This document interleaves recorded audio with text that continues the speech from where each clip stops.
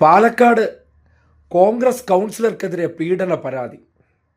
മാങ്ങാണ്ടിയുടെ ഉറ്റ തോഴനും മാങ്ങാണ്ടിയുടെ കൂടെ നടന്ന് ആ പ്രവർത്തനങ്ങൾ കണ്ട് ഹരം കൊണ്ട് നേരെ ചെന്ന് സഹായം അഭ്യർത്ഥിച്ച് വന്ന കോൺഗ്രസ്സുകാരിയുടെ അടുത്ത് കാണിച്ച ക്രയവിക്രയ പരിപാടിക്ക് ഒരു പരാതി കൊടുത്തിട്ടുണ്ട്. പാലക്കാട് കോൺഗ്രസ് നേതാവിനെതിരെ പീഡന പരാതി. പാലക്കാട് നഗരസഭാ കൗൺസിലർ പ്രശോഭ് സി വത്സനെതിരെയാണ് യുവതിയുടെ ലൈംഗിക പീഡന പരാതി.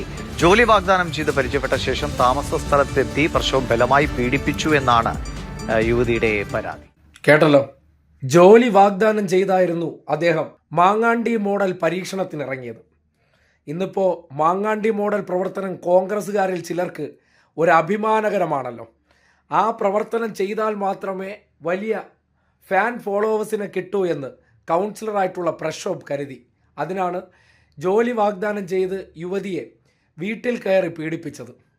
നോക്കണേ, തിരഞ്ഞെടുപ്പ് കാലം, കോൺഗ്രസ്സുകാർക്ക് എന്ത് തിരഞ്ഞെടുപ്പ്, അതൊക്കെ അവിടെ നടക്കും. പിന്നെ ഈ പാർട്ടിക്കകത്ത് ഏറ്റവും മിടുക്കനാകുന്നത് എത്ര പീഡന കേസ് നീ പ്രതിയായി, അതിനനുസരിച്ചാണ് പാർട്ടിയിലെ നിന്റെ വളർച്ച.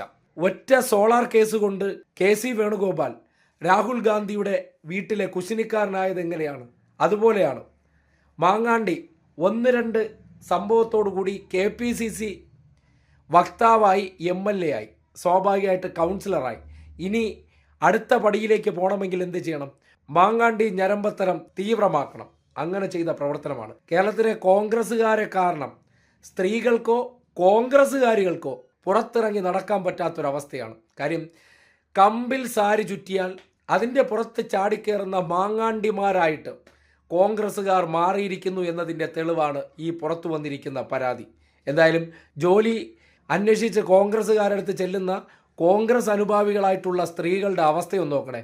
അവസാനം നീതി ഉറപ്പിക്കാൻ അവർക്ക് പോലീസ് സ്റ്റേഷനിൽ പോകേണ്ട അവസ്ഥ.